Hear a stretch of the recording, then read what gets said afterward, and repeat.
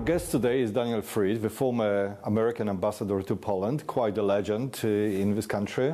He knows everyone around the town. Mr. Ambassador, it is an absolute pleasure that you could join us for this conversation today, especially on the week like that. This has been quite a week, really, hasn't it? Oh, yes. So let's just remind our viewers a few things. So that the summit of Putin-Trump is not going through, so we can't even say that it's been cancelled. Then also what we have here is the EU has approved a new package of sanctions, and the Donald Trump administration has also announced that it's approving new sanctions on the Russian energy companies. So quite a lot on our plate, and can we say that the transatlantic cooperation is back on track, that we have a united front towards helping Ukraine, really? Well, we certainly have had a good week of coordination to put extra pressure on the Russian economy. And don't forget, the British announced earlier this week sanctions against Rosneft and Lukoil, the two energy companies the Trump administration hit. So this is British, EU, US cooperation for helping Ukraine. And it's putting more pressure on the Russian economy. So this is good. You can't ever relax. My rule about the Trump administration is it's never as bad as you fear, nor is it as good as you hope. In other words, this was a good week, but the Trump administration is capable of sudden reversals, and President Trump is capable of that himself. So I don't want to go too far and then tomorrow have to explain why I was over-optimistic with you today. Still, it's a good step. The fact is that Vladimir Putin's arrogance could be his downfall. That is, he gave Trump a lecture about Bogdan Khmelnytsky and Yaroslav the Wise. What was he thinking?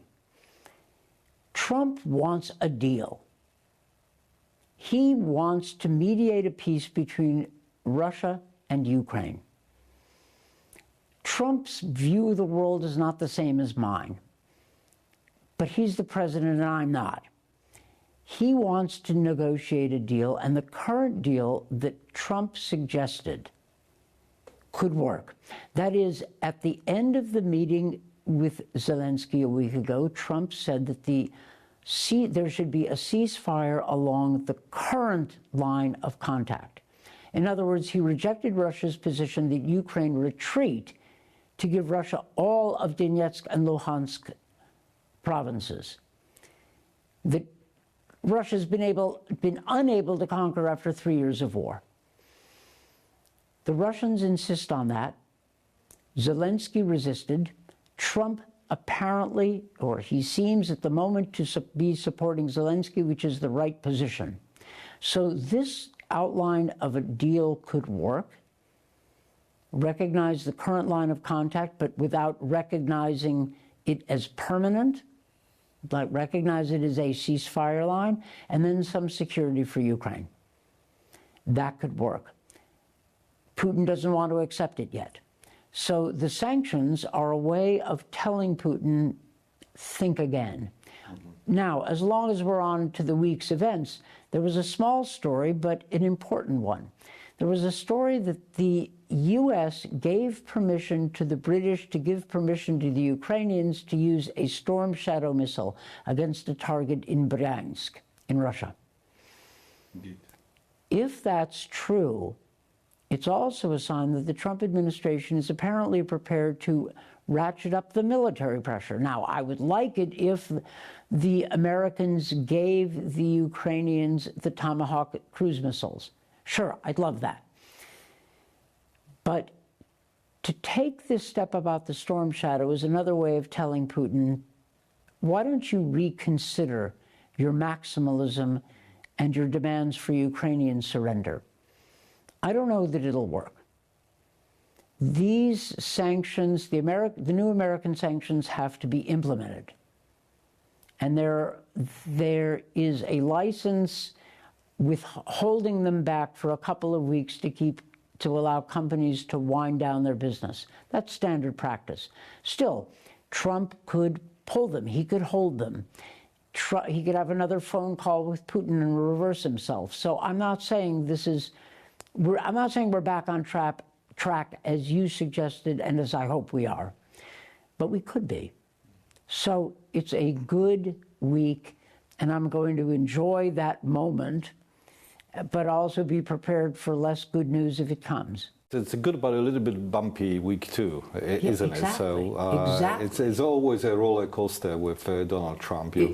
Absolutely right. You can't be sure. Oh, we can be sure, but it's good to remember that the doubts and the skepticism about Trump, where Trump comes out, do have a basis. I understand this, but that's not necessarily what will happen. If you step back and look at the arc of the Trump administration's policy toward Ukraine, it's better now than it was in January. It's better now than it was in January. I wish it were better still. I wish it were a straight path, not a crooked path. But it doesn't matter what I want. Of course. Well, I wish it was that way. Don't we all? Now, you mentioned London. So obviously we have today the coalition of the Willing meeting. Yeah. And President Zelensky is there in London, meeting both with King and with the leaders. Are you hopeful about the results of that meeting? I mean, what the Ukrainians seem to expect from that is two things: finance and long-range missiles. You already mentioned Storm Shadows, which are British version of long-range missiles. Is it enough? Do you think that the Ukrainians will get what they need from that meeting? Well, I don't know what they will get from the United States. I can't predict the Trump administration's decision about the Tomahawks. But Europe is getting very close to using the immobilized Russian foreign exchange reserves as support for an interest-free loan to Ukraine. That's a very big deal, and some of us have been seeing this coming. You know, if you're the German chancellor, do you really want to ask the German taxpayers to pay for American arms to Ukraine when you're sitting on perfectly good Russian money that can do the job? So I think this could come out the right way. I hope it does very soon. You mentioned the coalition of the willing. I think that they have some tough decisions before them. I think that Ukrainian security, well, in my opinion, it ought to be NATO membership. But if that's not going to happen, the second best is the coalition of the willing and supplying Ukraine with arms. And maybe the coalition could provide some kind of military support for Ukraine. Maybe. Air cover, air defense. I think defense of Ukraine after a ceasefire is more practical, seems more practical than I thought it was 10 or 15 years ago. Think about it. Ukraine has basically defended itself with Western weapons, but no Western troops, for almost getting on 4 years. That's pretty good.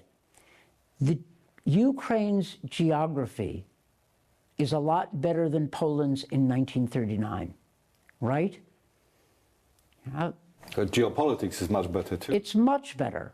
We can go on about all the mistakes the Germans have made with respect to their Russia policy, but they recognize that now. Poland has won that argument, and Germany's done a lot for Ukraine. So Ukraine has friends at its back, and its position is much stronger. Defending Ukraine is possible because the Ukrainians are capable of defending themselves with our help. Now we have to convince Putin that he's not going to win this war. And we still have work to do. So you mentioned the possibility of air cover. There has been a mention here in Poland that in case we have another incursion of Russian drones coming to our territory that happened a few weeks back, we could even consider a possibility of shooting some of these drones when they are still on the over the Ukrainian territory, and Ukrainians are happy for us to do that. Do you think that would be a sensible thing to do? I don't want to advise the Polish government about how it should defend itself, but this is the right discussion to have. The way I would put it is nothing wrong with defending forward,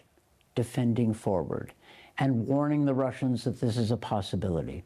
Now, there also has to be a cheaper way of shooting down drones than using very expensive missiles coming off of, F-16 fighter aircraft, or eventually F-35s.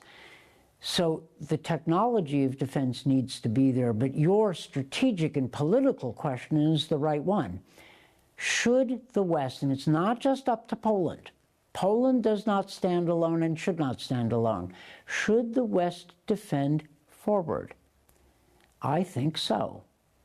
I think it should. Now, that, as an American, we need to give backup to Europeans if they decide to defend forward.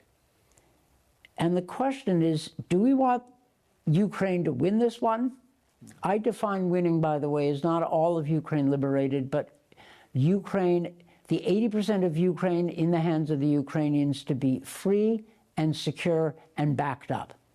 That's not great, but if you ask the Finns, they won the Winter War because Finland still exists, and there was never the People's Republic of Finland, thanks to that war. You see what I'm thinking. Mr. Ambassador, my last question is about the hybrid threats. So they've been multiplying here in Poland and in other parts of the region. Only, I think, day before yesterday, we had another plot discovered with the possible sabotage attacks on the Polish territory. Do you think that NATO, as the alliance, is prepared to deal with hybrid threat, or is just reacting to some hybrid threats? Should we have some kind of rules of automatic response to, proven acts of sabotage? I think that NATO, the EU, and European governments consulting with the United States should develop plans for responding to these threats. These are threats. This is aggression. Poland is not alone, and it doesn't stand alone. The Germans, I can tell you, have been privately alarmed about Russian aggression, you call it hybrid threats, for some time. Now the head of the German BND, their intelligence service, has testified about this to the Bundestag, so now it's public. Their position is like the Polish position. Notice this. The Germans and the Poles now share a view about the Russian threat. And it's not that the Poles have moved in Germany's direction. Germany has moved in Poland's direction. This is a big deal. Poland used to be an outlier with the Baltic states warning about the Russians. I know, I'm a witness to this. But now the European mainstream opinion is with Poland.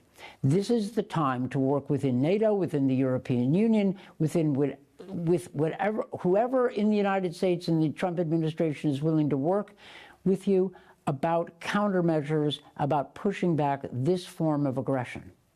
Thank you. Our guest today was Daniel Fried. Daniel Fried was the former U.S. ambassador to Poland and the former Assistant Secretary of State for European and Eurasian Affairs.